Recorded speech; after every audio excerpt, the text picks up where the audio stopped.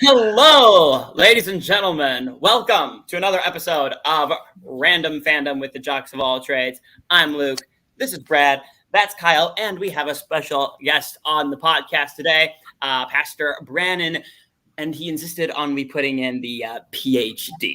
So thank you for spending time with us, Pastor Brannon. We really appreciate it. Sure.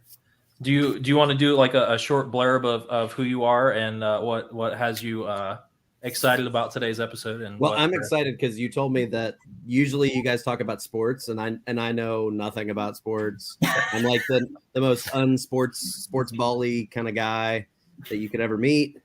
But when you told me that you would do top fives and that we could talk about TV shows or movies or pop culture, I was in. So I'm excited about that. But yeah, I'm a seminary professor. I'm a music pastor at the church that Brad goes to, and yeah, that's me. I'm a musician. Grew up, playing in bands and nerding out. But I grew up in a family that was kind of conservative Christian family that kept pop culture a little bit at arm's length. It's corrosive and corrupting. So we didn't go to movies. And so then I had to that was my going wild in young adulthood. Yeah. Was going to movies. Yeah. This is my, but since you're usually sportsy, this is me in a t-shirt that my brother-in-law bought me for Christmas. Yes. I love it. Yeah. So that just summarizes my relationship with sports ball. That's fine. That's Thankfully, we have nothing to do with that on this show. Yes. On this segment of the show, we don't have to worry about that too much. All right. So here's how we're going to do it. What we're going to do is we're going to count down from 5 to 1. We're going to go a round robin style. Before we get to 1, so we'll do 5, 4, 3, 2. Then what we do is we throw in a couple of honorable mentions, ones that didn't quite make the list, but we still want to, give props to. And then we do our gold medalist number 1 picks to wrap it all up.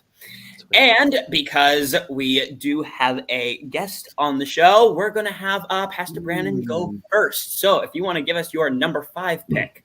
Yeah. Well, can I start with so I had some self-imposed rules. Is that okay for me to throw what those? Go for it. Throw out what those were. He's got criteria, folks. Yeah, well, I mean, I'm living into the PhD thing. We have to have rubrics and standards, and yes, we're grading the shows too. Yes, there's a methodology, right, to this. Mm-hmm. For me. Yeah. So I decided I was only going to do fiction. So no docuseries. Okay. So which if any, that's fine. These are just my rules. So I just stuck with fiction. Nothing that's a 1-season show or a mini series, which to me is just a long movie, right? So if it's so that takes out things like Midnight Mass that just came out on Netflix this fall. That was a horror series. I think it was 6 or 7 episodes. So I didn't count that, or shows like that are just a limited run, short series.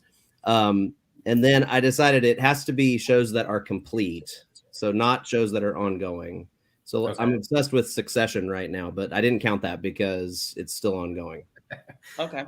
And then finally, but related to that, I have to have seen the whole series. So even if it's a show that's complete, okay. If I'm still watching it and I haven't gotten to the end of it yet, then I excluded that as well. All right. I like that. So I'm watching Treme right now, which is completed, but I'm still in season 2 or 3 of it. And so or Superstore. I haven't finished Superstore yet. I love Superstore, but the show. Anyway, sorry, but I haven't finished it, so that's not on my list. All right. So anyway, okay. So my number 5, I settled on Breaking Bad for my number 5. Oh, okay. All right. Love Breaking Bad, even the ending. Just love the kind of the anti-hero, good guy who ends up getting sucked into the web of intrigue of a life of crime, mild-mannered science professor who starts cooking meth to provide for his family because he thinks he's dying of cancer, right? Maybe not what a pastor might have on his list typically, but that's my number 5. Any Breaking Bad fan?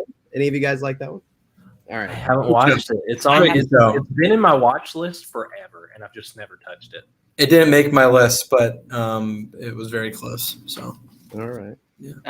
All right. Cool. All right. Kyle, would you give us your number 5? My number 5, unfortunately, is a show that is short, like a 6-episode kind of season. And it's still ongoing, I believe. Season 2 was announced. That's Loki, which is recently came out. I really didn't think I was going to like it just because, like, you've seen so much of Loki in Marvel lately. Sorry. But Tom Hiddleston's just so. His name is Kyle, Brad. Wait, what was it? What did you put? He put up good takes with Luke. I'm getting old, man. Leave me alone. Really good show. Sets up a lot for the Marvel Universe. Obviously, Owen Wilson in it was just hilarious. And Tom Hiddleston is just one of the best actors in Marvel, I think. Yeah. It just gave you, like, every week, it just gave you more to, like, think about, more to digest, and it had you on the edge of your seat, I think. So you can really take this any direction you want because it's so open-ended with different universes now and all this stuff. I feel like if you wanted it to, you could keep going, on forever and ever and ever. And I would love that. So, yeah, Loki's my number 5. Sweet. Cool. Good one. Good pick. Good pick. Brad, your number 5, please. I feel like I kind of went with Brandon's rules. If I haven't finished it, I can't add it to the list. So that took out a couple that I wanted to throw in there. But I had to put in The Boys. It's gritty. It's dark. It's like everything anti like hero story that you expect that like just messes with your mind in beautiful ways. Starting out, have you seen it, Luke, before I spoil something? I've seen it. And I'm assuming Brandon has because he was doing the same. Yeah. Okay. There is a death that happens very early in this TV series that's just disgusting. It's gross. Absolutely disgusting. And it just throws the whole idea of what you're expecting with a superhero show and just goes and starts you over. It's perfect. Homelander is terrifying. Let's go ahead and start there, guys. Like it just everything you want for a villain without being a villain. I don't know, but it was really entertaining. I like it. I'm really curious to see what they're going to keep doing with it because I feel like with some of these TV shows that are really good and you start with like a really good base, yes, it's based on a comic, but if you keep pushing to do like too much, it goes flat. And I'll talk about that with another show that I have on my list. I love it, but I feel like it did the same thing. But yeah, The Boys will take 5 for me. The shock factor, I think, if you keep doing shock factor type of things, it's going to wear down. So, like, right now, to keep going, you're going to have, continue a really good story rather than just shocking people with gore and action. So, and Carl Urban is such a beautiful man. I couldn't not have him in my top 5. So, anyways, that's 5. Go ahead, Luke. All right. For my number 5, I have to go with. I mean, it's in its first season. I'm interested to see if they're going to do a season 2. But it struck me as a very interesting way of another spin on a superhero series, Invincible. Oh yeah, yep. It's like it was not like that old animation style that they kind of harkens back to some of the old DC. Some of the 90s like Superman or Batman animated stuff, but with a bit of a darker tone to it. And it's like if who here has seen it? So am I spoiling it for anything? Okay. I haven't seen it. Bro. First episode. Something happens at the end that just sets the tone. And it's almost like the series does a spoiler on itself.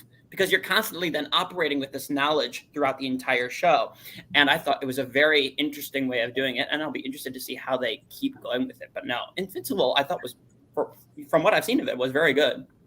That was my example. That was my example of an ongoing show that I left off my list that could have potential to make my list.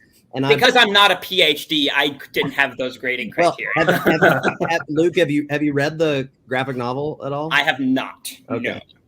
I only read, I think there's like, I don't know how many volumes now. I mean, that it was a long running series, but I had read the graphic novel up through what the first season covers. So I had that in my background as well. And it's a really well done adaptation. That's cool. Yeah, That was yeah. definitely one of No, those it's shows like, where I couldn't from click. what, from, like, yeah. Oh, sorry. Go ahead. No, from what I've heard, there are very few changes from what's been put in the comic. We can always debate, on why did they do this instead of this? But it's like I have like specifically one character in mind that I think they messed with maybe a bit too much. But other than that, I thought it was a very interesting show. So, All right, that wraps up our number fives. Pastor Brannon, number 4. Brad wanted in on Invincible before we Oh, go. I did. I'll give him. All I was gonna say was, do you know like how fast I clicked play next episode after the end of the first episode? I was like, what was that? Like, Yeah. I'm not a huge like TV show person. Like I'm very like there's a TV show and I'll keep rewatching it because I just like it and serotonin. So like if you get me to like hook onto something new. Yeah. So anyways, yeah. No, it's really good. And check out the graphic novel or the comic version. It's really good. And it's I Robert Kirkman who did Walking Dead. Walking Dead. Yeah. Yeah. Okay. Yeah, it's good. All right, my number 4. My number 4 is Crazy Ex-Girlfriend. And I debated, and I was like, I'm not gonna have any comedy on this list if I don't include this. But I think it has to make my top 5. So I take it by the reaction. All 3 of you like that. None of you have seen it. So Crazy Ex-Girlfriend. I think it ran 4 seasons. 4. And it was a CW show. It's not that far back. I think it ended like maybe 3 or 4 years ago. But it's a comedy. It has it's a female creator and central character. It's like got really strong female characters and influence. But it's quasi musical, and so they like break into song. They do these crazy like musical song and dance numbers in it. And the musical.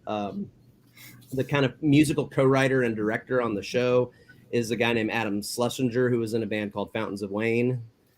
Stacy's mom. Yeah. Okay. So Adam Schlesinger is like the co-writer of all the music and produced all the music and stuff. And he died of COVID in 2020, which is a real bummer. He's only about 45 years old. Wow. But it's just a really clever, inventive show. Like I just can't. There's nothing else really out there like it. There have been some people I've recommended it to, and I've been surprised that they didn't take to it because I thought, like, you like musicals and you like comedy. How do you not like this show? But anyway, I really enjoy it. Crazy Ex-Girlfriend. It's on Netflix. In case anyone is wondering, I did some like light research because I was like, I've never heard of this. What is it? Yeah, you know what? I'm one of those like I'm not sure how I feel about new things, but it looks good from the look of it. So that might make it into my Netflix watch list. I will say the Jewish, what do they call it? Jewish American princess. So like the main character is a Jewish girl, and there's a subplot about like her best friend from childhood and their sort of competitive nature. And one of the best moments is when they call them Japs, Jewish American princess. And so they have a Jap rap battle in one episode where they're like throwing down diss tracks against each other. Yeah, that's hilarious. That's funny. Just for that portion, I haven't seen anything, but just for hearing that's a good take. That's a good take. All right, Kyle, your number 4, please. My number 4 is Stranger Things. 3 seasons in on Netflix, right? 4th season still has yet to come. I think the 4th season is going to be the last one. But it's the kind of show that has me hooked from season to season. So like I've searched multiple times throughout the end of the 3rd season to the start of the 4th. It hasn't happened yet. Like when is it going to release? And what's the most recent trailer? Like I'm hooked on it. I'm hooked on the story of it. The characters are good. I love the setting. It's kind of like the setting that I'd want to grow up in. Not with aliens and monsters, but just the time period. Not with them. 11, good character, and obviously his name is escaping me right now. David Harbour, like just a really good actor and really good lead. And it's one of those shows that it doesn't release weekly. It comes out all at once. So you bet your butt I watch all of it at once. I will stay up all night just to watch it. And I will recommend it to anybody. I've recommended it to my fiance, but she won't watch it. She won't watch it because she's too scared. But however, it's not that scary. It's really good. Yeah, can't say enough good things about it. So that's my number 4. Cool. All right. I won't take up much time. My 4 is also Stranger Things, but I did have to throw this in really quick. Sorry, Kyle. Yeah. It is Stranger Things. There's something about like, okay, listen, I didn't grow up in the 80s. Give me the hate all you want. I'm a 90s kid. I know you did. But kill me for like looking at it and being like, oh, that was so much cooler than like the 90s and 2000s. Like, you know what I mean? Like you get that nostalgia for like something you never had. And like arcades, I love arcades. And like you start with like these group of just weirdo kids. And I'm trying to think of what it like reminds me of so much. And it's blanking. It'll come back, I promise. But Stranger Things is just really, really good. Like you wouldn't expect to take that weird like sci-fi horror genre and like the middle of Indiana in the 80s and like make a baby and expect people to care about it. But it's really good. I agree. The casting was good. The story arcs so far are fantastic. Kyle, actually, I have a very distinct memory. And here's why. When we went on vacation to North Carolina, I remember crying in the backseat with my wife because we were watching the end of season 3. I remember that. Yeah. So yeah, it has to be in my top 5. Yeah. Anyways, personal embarrassing stories with Brad. Moving on. Okay, all right. So good picks, you guys. Good picks. For my number 4, you guys were talking about nostalgia for something you never had. When it comes to the 80s, me, I'm gonna go down that road as well. Only much earlier than the 80s. Ladies and gentlemen, I gotta go with the Dick Van Dyke Show. From the 1940s or no, I think it's the 50s. Yeah, no, it's like 1950s or 60s actually. 60s. 60s. Yeah. Remember, I said much earlier than the 80s. So no, I thought you were going. We'll get there. Okay. 61 to 66. Yeah, exactly. No, that is probably one of the best old-time sitcoms I enjoy watching a bunch. I mean, I love me some Andy Griffith. I love me some Beverly Hillbillies. I love that, but that's probably my favorite old-time like black and white sitcom. Dick Van Dyke is a person I aspire to be in real life in certain ways. And just the comedy was always, so spot on, so hilarious. So I admired how they kept it clean and family friendly first, in especially like, in a time like the 50s and 60s. And so I think that's one of the really cool things about sitcoms from that time period. And so, no, I really enjoy it. I laugh every time. Yes, thank you. Dick Van Dyke is a national treasure. And I will be very, very sad.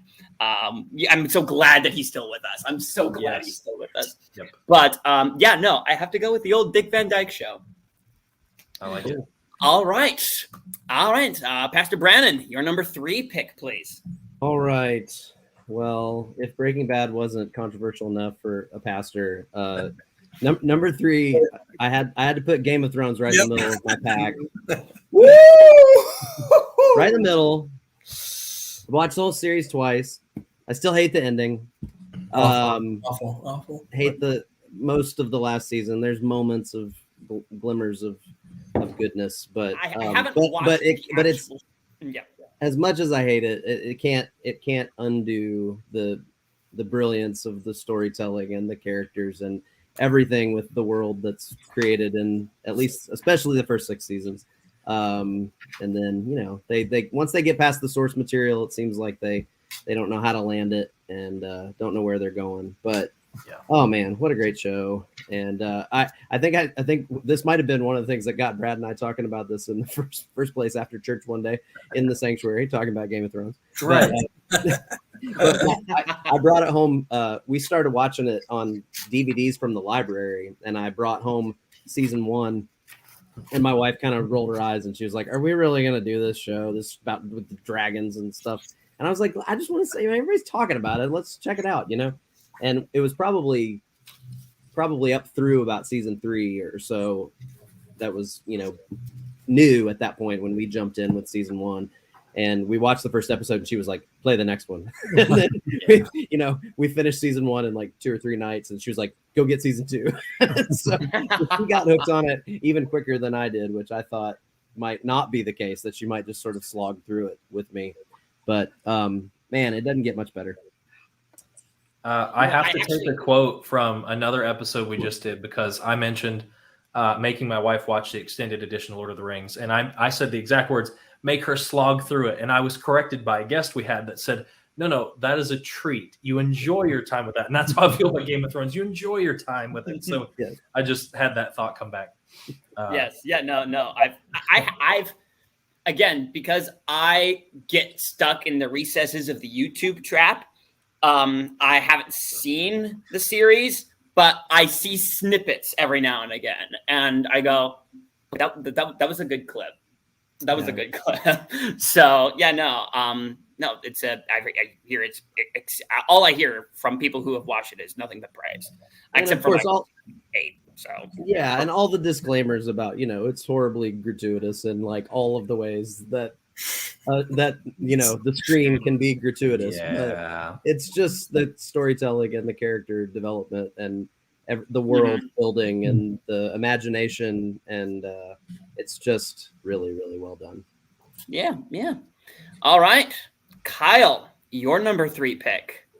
My number 3 pick just finished its 2nd season. Well, not just, but about half a year ago. That's The Mandalorian.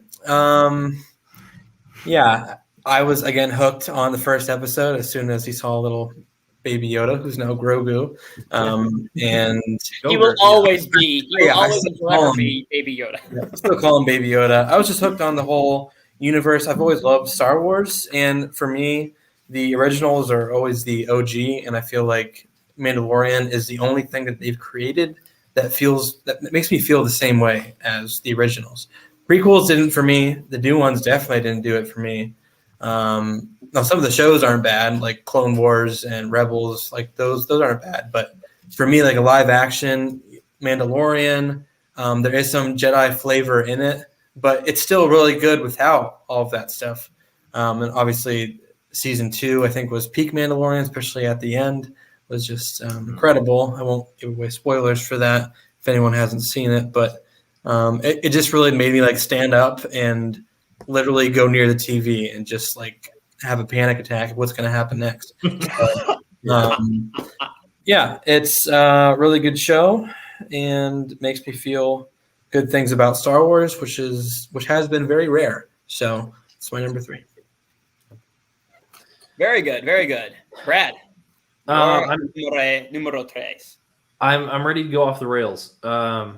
I'm wondering if Brannon will know this, because it's a quirky show that was kind of out there for 2 seasons and then it died off. I don't know why it died off.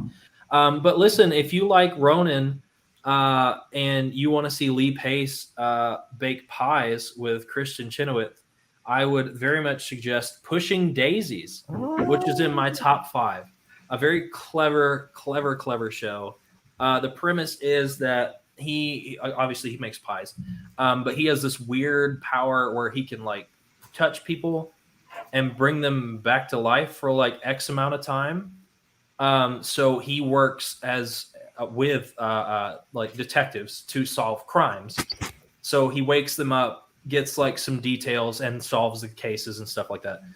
It's really clever. My parents watched it when I was like, 13, 12, 13, something like that. And I've loved it. I went out, I bought the box set of both seasons. I haven't watched it for a while. That makes me feel really ashamed, but I really like it.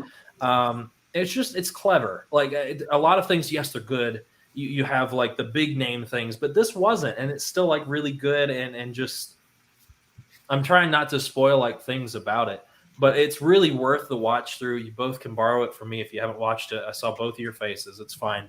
But something about like the guy that played Ronan, like baking pies, just really screws with my head. So yeah, that's my 3.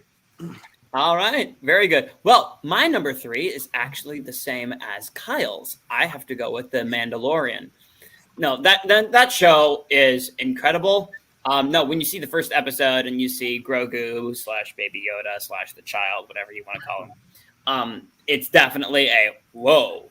what's going to happen next. And then I feel like in the first season, it kind of slowed down a little bit, but then season 2 hit, and all of a sudden, all of the things started happening. Just you see like the dark saber. You see a special character from the Clone Wars show up and totally kick butt.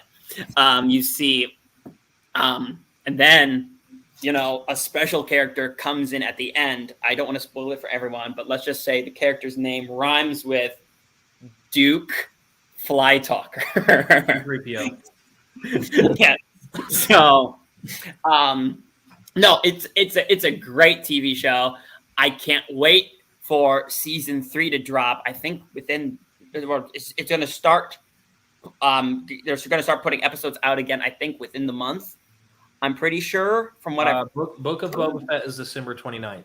Okay, that's probably what I was thinking of. But yeah, no, I can't wait for the next episodes to come out, and I'm really excited for the spin-off series that they're going to do for that, like Book of Boba Fett, like Ahsoka. So yeah, exactly.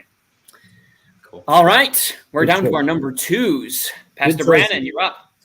All right, I didn't try to do this, but I'm realizing like I've got a comedy musical thing, a fantasy thing, and then this would be like so we're at the place where I need political drama, and so The West Wing is my number 2. Yep.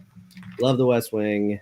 In some ways, I feel like it was the show that kind of got me, that turned the corner a little bit from, because I was at the time I got into West Wing, I was mostly obsessed with movies and watching old movies and keeping up with current movies and wanting to watch all the Oscar winners every year. And I didn't watch West Wing when it came out. So I picked up on it later and watched it, I think library DVDs mostly.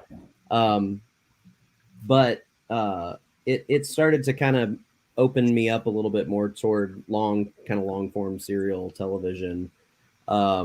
And again, just such great ensemble cast, great character development. Aaron Sorkin's dialogue is just masterful. Just walking down the hallways with them talking and so rapid fire. My parents have gotten into it just recently, in the last couple of years. My mom doesn't like that element of it. She's like, I just feel like I'm missing so much. It's so fast, and they just And I'm like, yeah, isn't it nice that they like respect the intelligence of their audience? Yes. Expect that you'll be able to keep up with all of this and that it's not filled with unnecessary expositional dialogue and stuff like that. I will say too that I noticed I got into it. Let me think. It must have been toward the end of the George W. Bush administration into the Obama administration. And there was something about like watching it against the backdrop of a Democratic presidency that made it not quite as fun and like scratching a certain itch. So like during the Bush era, like it was, we could watch West Wing and it was kind of escapist fantasy in a way of like, oh, this could be our leader. Yeah. But anyway, but then when Obama came into office, it's like, oh, well, all right, a Democrat, whatever. There you go. All right, Kyle, your number 2. My number 2 is The Office. Listen, it's just one of the greatest shows ever created. You can sit down and watch it anytime, and I will. Like, if I'm searching for something on TV and The Office is on the list, I'm like, okay, sure. Like, let's do it. Like, it never gets old for me. Obviously, watching it a million times, it's quotable, and you can just quote it from memory. And every character on it is just like their own unique character, and it's just really well written. Very funny. Probably wouldn't survive in today's climate for sure. And that's kind of what makes it good, I think. So, yeah, it's just hilarious. And there's really not much to it besides the hilarity of it, besides maybe like Jim and Pam, which is probably one of the greatest, romance relationships in a comedy series, I would think. And then Michael Scott is just what? Have you met Leslie Knope and Ben Wyatt, sir? It's coming, sir. It's coming. Okay, fine. Yes. And then Michael Scott's just one of the best leads in a comedy show. So that's my number 2. Yeah. All right. That's a good pick. Brad, your number 2. My number 2 has been talked about a billion times, and it's time to bring it back around. The Mandalorian, obviously. If you don't know, my father's obsessed with Star Wars. I'm obsessed with Star Wars. I don't think I ever had any hope to not be. Let me break down the one thing that I didn't really hear anyone say because we're just trying to get through it quick. The reason why I feel like The Mandalorian really touches on what Star Wars is. Star Wars was about the weird planets. It was about this race that we don't quite know everything about. It was about not knowing what was coming around every corner. Family is an aspect of it. And now I guess adopted family with Grogu and Din Djarin. Like it touches on all those key elements that make Star Wars unique. Because, I mean, you've heard Star Trek versus Star Wars. Obvious, duh, we know it. Star Trek is more about the discovery. Star Trek is more about the possibilities are endless. And then I feel like Star Wars is more about trying to make your place in the universe, trying to find who you are. And The Mandalorian really touches on that. You take somebody that was he's not a Mandalorian. He's technically not. He was not born into that. The people, he was actually saved by Death Watch. Every time I go back and look at that messes with me. Because then you go to the Clone Wars and the Death Watch is like insane. Anyhow, beyond that, it really, for me, it just hits home. It really brings the space Western part of Star Wars out too with The Mandalorian, where it's just flavorful and who's this weirdo and how is he going to get out of this? And it's just, it's a good TV show. And the fact that it doesn't keep you kind of like what you were saying with West Wing, it doesn't keep you feeling stupid as an audience. Like it's realistic. It's, oh my gosh, like his ship is being attacked by Navi white spiders, which still terrify me to this day. And thank you so much, Star Wars, for bringing those back to like canons. They were in the Force Unleashed video game. I don't know if anybody ever played that, but it really touches on how we feel personally, and you can relate with him. And I think that's what nails it. And I think it's hard not to like The Mandalorian. So it had to be number 2 for me. I couldn't not have it be number 2 for me. So. I'm going to pat myself on the back and give myself one of those. So moving on. Yes.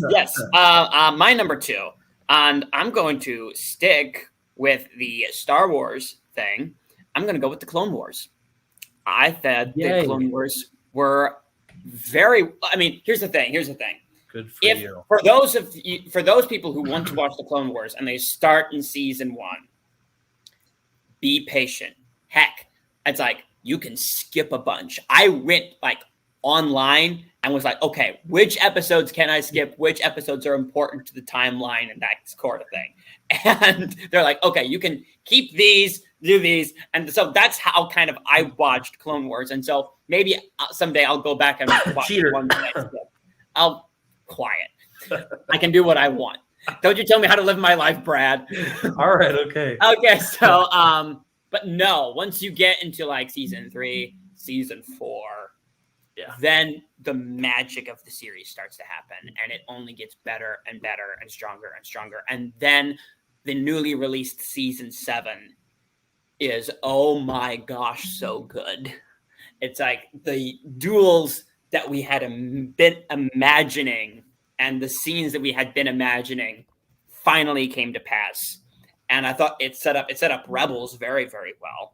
And I thought that it was a great ending to a series, a great ending for the characters that we had grown to love over the course of the series, especially the ones that we're going to see in later TV shows like Rebels or like Mandalorian or like some of the new spinoffs that are going to be coming up. Yeah. I think the Clone Wars, the brainchild of Dave Filoni, was excellent. And so I loved that TV show and I really, really appreciate it. And Brad, maybe I will go back and watch some of those episodes that I saw. You shouldn't. Most of them have to deal with Jar Jar, so don't waste your time. Okay. This coming from the dude who's calling me a cheater. Okay. All right. We are going to quickly hit our honorable mentions before we get to our number 1. Pastor Brannon, why don't you get us started? Man, I have such a Are we gonna do 2 rounds, or should I just throw out 2? Just throw out both. We usually have like 2 honorable Unless mentions you have each. more than 2, Yeah, I'm throw out all of cheating them if you want. because I have more than 2 because Yeah. Oh my. I'm indecisive. So All right. Growing up in the 80s, and since the only older show that has been mentioned is Dick Van Dyke, I mean, this is the golden age of television with streaming and everything. But I've been rewatching with my kids recently Perfect Strangers from the late 80s with Balky and Larry, Mark Lynn Baker as Larry Appleton, and Bronson Pinchot as his immigrant cousin who comes to the U.S. to live with him.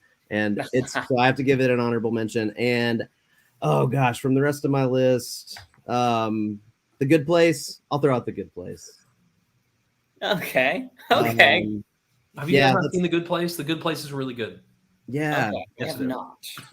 Kristen Bell and Oh, she's in it. Okay. she goes to heaven, and that's all that. Yeah, Oh, she goes to the okay. Good Place, and then from there you just have to check it out. Gotcha. Yeah. Okay. Cool. All right. Kyle, your honorable mentions. I have a few here. So, How I Met Your Mother, definitely in there. Community, hilarious. Breaking Bad, and then Psych, which I really forgot when I made this list. I forgot Psych, and that probably might have scratched in my top 5. Yeah. Mm-hmm. All right. Those are very good. Some very good mentions. Brad, yours. I'm cheating. I have 4. I apologize. Squid Game. I don't know if you guys watch Squid Game. Incredible. Hard to get into at first, but totally worth it. The Umbrella Academy. We need another season of the Umbrella Academy. So I've read the comics, but I've only watched like 2 episodes because I'm waiting to watch it with my 14-year-old who wants to watch it. Yeah. So I haven't. I tried looking for it like after the show came out. Could not find it anywhere. I'm sure it's online, but I'm too lazy to look for it. Gallivant is also on there. Speaking of musical like comedy shows, like everything is done in song. Super funny. If you don't know Gallivant, I wonder it might still be on Netflix. I don't know. I haven't watched it for a little bit. And my 4 is Parks and Rec. Sorry, Kyle. I tried to get into The Office. I watched like 2 episodes and hated it. Which everyone says you have to get past like the first couple episodes and then you'll love it. I just haven't put the time back in because I was like, "Oh, this is cringy." Yikes. That's kind of what I got. I watched the first episode. I'm like, this is way too cringe for me. You gotta keep watching, man. I know. I'm cheating again because I have to mention the worst show I've ever dedicated my entire young life to. Oh no! The worst it's gone ending. Completely off the rails now. It's Lost. Ooh. Awful.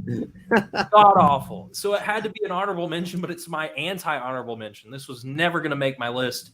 Oh my word! Don't waste your time. The ending season just destroys all of the building and everything. So yeah, okay, there you go. Let's go back to honorable mentions. Sorry. Okay, all right. I'll get us back on track. Okay, so I'll throw in a few since we all kind of threw out a bunch of names.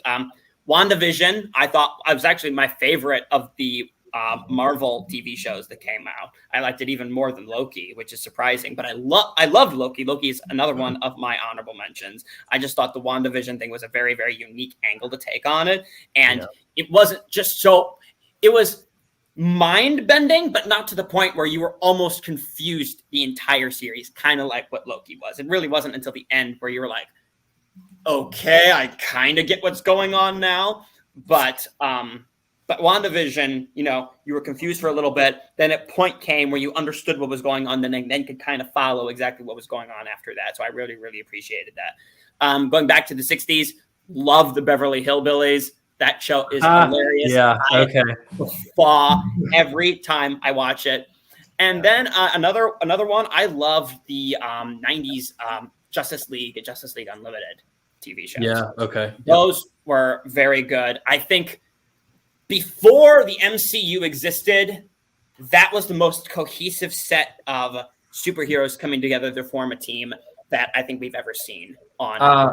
You're forgetting about Spider-Man and his amazing friends. First of all, I'm kidding. Sorry. Nowhere near. What was the terrible Godzilla show that Dad made us watch when Eva was young? Stop. It had this like tiny Godzilla called Godzuki. It was horrible, and it terrifies me to this day. Anyhow, yeah. Sorry. Okay. Moving on. Let's see. Oh, sorry. And so, okay, we put in our honorable mentions. Now we get to the gold medalists, our number one picks. Pastor Brannon, start us off, please. Right. So my number one goes to The Wire, which is a 5-season. I think you can stream it on HBO. So I take it none of you have seen it by the reactions. There's 5 seasons. It's set in Baltimore, and it starts out kind of a cops and drug dealers show, and just a really rich set of characters on both sides of that dynamic.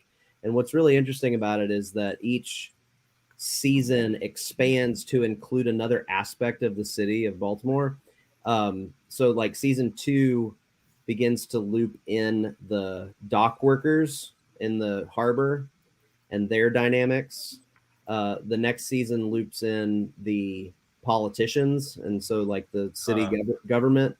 Season 4 then expands to include like the public schools, and it starts to follow like 4 young boys as they're making their decisions that are going to either lead them towards the gangs or lead them toward, being productive members of society. And then season 5 finally expands to include the local news media, so TV and newspapers, and so it's like the central character of the show is the city itself in a way.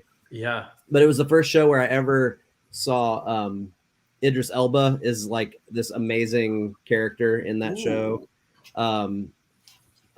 Michael C. Williams? Is that his middle initial? The guy that has the big scar across his face. Michael K. Williams. K. Williams? Yeah, thank you.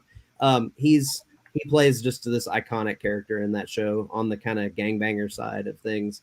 And it's so well written. It's so well done.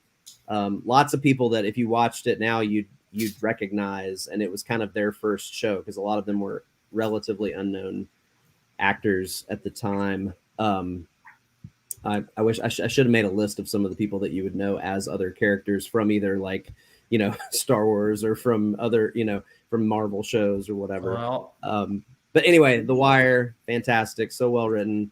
And it started my love affair with my man crush on Idris Elba. That's a good one to have though. Nice. I did look The Wire up. Michael B. Jordan was in it, and Wendell Pierce, and I know both of those guys. So yeah, you're absolutely right. I wouldn't have really pegged like some big name guys to be in that. Yeah. No, that's a good pick. All right. It is on HBO, by the way. Sorry. Okay, it is on HBO. Cool. Yep. Gotcha. Go watch it, guys. All right, Kyle, you're up. My number one is Parks and Recreation. I've probably rewatched the show probably like 7 times. That's not even a joke. I remember watching it starting on season 2, much like The Office for me. Season 1 of The Office and season 1 of Parks and Rec is just like not great. And it takes a little bit to get into, but once season 2 hits and they figure out who all these characters are and what they're about, it's just hilarious. It's so iconic to me. Like every character has their own little, you just know who they are and you know the world that they're in, and even all the side characters too. They just have their own like way about them and their own like juice they bring to the show. I just think it's super, super hilarious. Started the career of Chris Pratt, who's become like an icon now. Leslie Knope, I think is hilarious. Bradley Yu, Ben Wyatt, hilarious as well. So even the introductions of characters later on in the show, like they all just like hit for me. And I see microchip.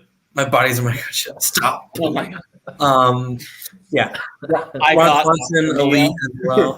Give me all the bacon and eggs you have. And it's iconic for me, and it's above The Office, I think.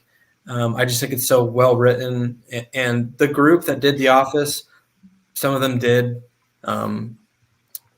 Some of them did Parks and Recreation, and some of them also did Brooklyn Nine-Nine, which is also a very funny show as well. And that humor for me, like that's my kind of humor, so that's why it resonates with me so well. So, it's my number one.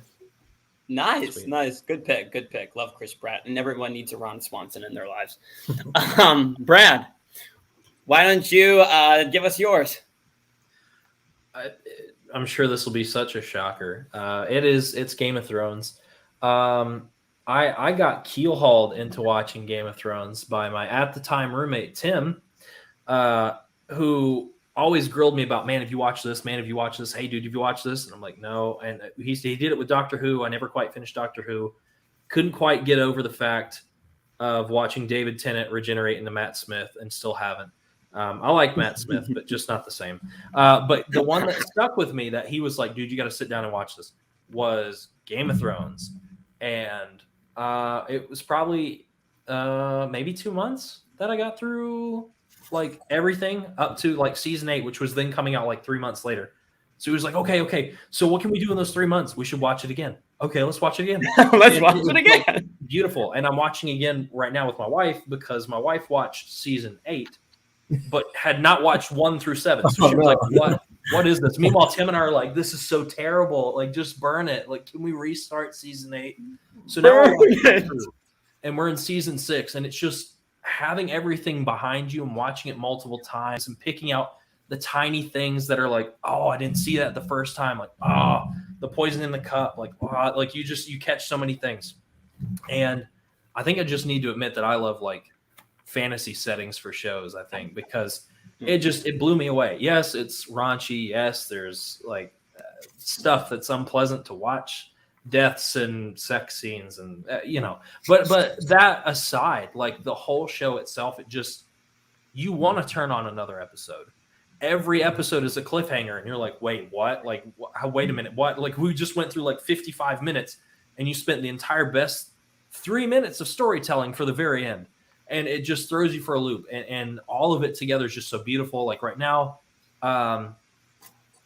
wait, has anybody watched this besides Brandon and I? Kyle, you've watched it? Watched it, yep.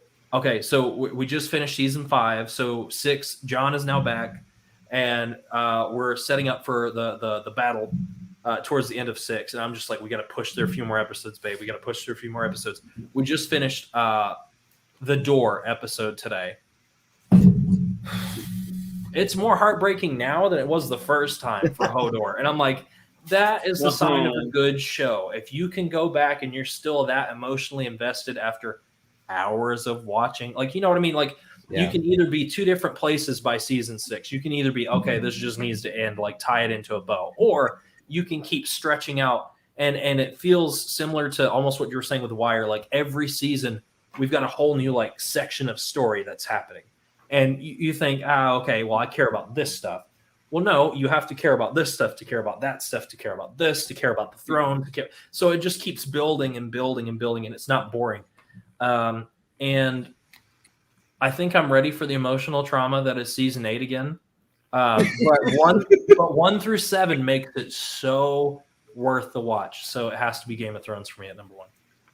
Okay, gotcha. Well, I will wrap us up with my number 1. And Brad, I think you kind of knew this one was kind of coming. Oh, of course. Now can I prep for it? Yeah, now you can prep for it. It's got to be Cobra Kai. Number 1, I love the Karate Kid movies so gosh darn much. I love my childhood. That's my childhood. Yes, I love Daniel LaRusso. And just those characters were brought to life so well in that movie, especially the first movie. You look at Johnny Lawrence and you see this bully who's been misled by his mentor. You see Kreese as this complete madman almost. And then you see Mr. Miyagi, this calm. And then you have Daniel LaRusso, who just doesn't know what's going on half the time. And Ralph Macchio and William Zabka brought those characters to life so well. And the fact that they can come back almost 40 years later. And number 1, look in the condition they're in. It's like Ralph Macchio. It's like he looks like much younger than he should be. And William Zabka, the fact that they could put together just the first season and it be that good. And then they start bringing in characters from different movies. I freaked out in season 3 when they. Who here has not seen it? I haven't, which is sad because I love the Karate Kid movies. So now I'm Oh gonna my have to goodness. miss it. Okay. Well, they bring back a certain character in season 3, and I freaked out for a second. And they kind of hint at it, bringing this person back at the end of season 2, at the very end of season 2, and you're like, I need season 3 now. So I know I love this show. Season 4 is supposed to drop on Netflix. I think either on New Year's Eve or New Year's Day, and that's when I will renew my Netflix subscription because I have to watch that show. I have to watch season 4.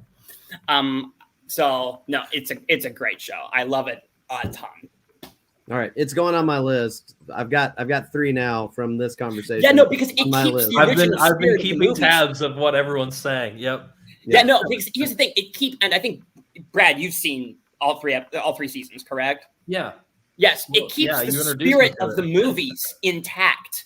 It doesn't lose that spirit. Because here's the No. thing: the new kids that they bring in, you still have that magic going on. The chemistry is fantastic between the new characters that they bring in.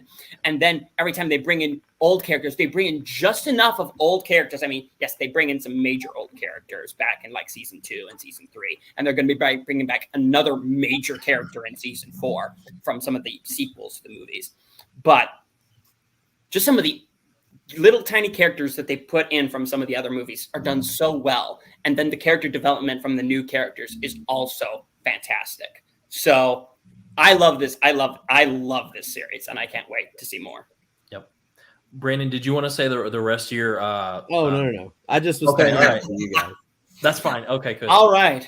Well, ladies and gentlemen, this has been a very fun episode of Random Fandom. Pastor Brannon, thank you so much for spending some time with us. We really, really appreciate it, you coming on. Brad, do you want to tell the viewers where they can find us one more time? Sure can. You can find us on Facebook, YouTube, Twitter, and Spotify.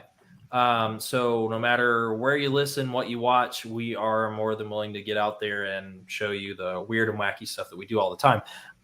But thank you for being here. Like, subscribe, share, tell us what you hate and what you like, of course, as usual.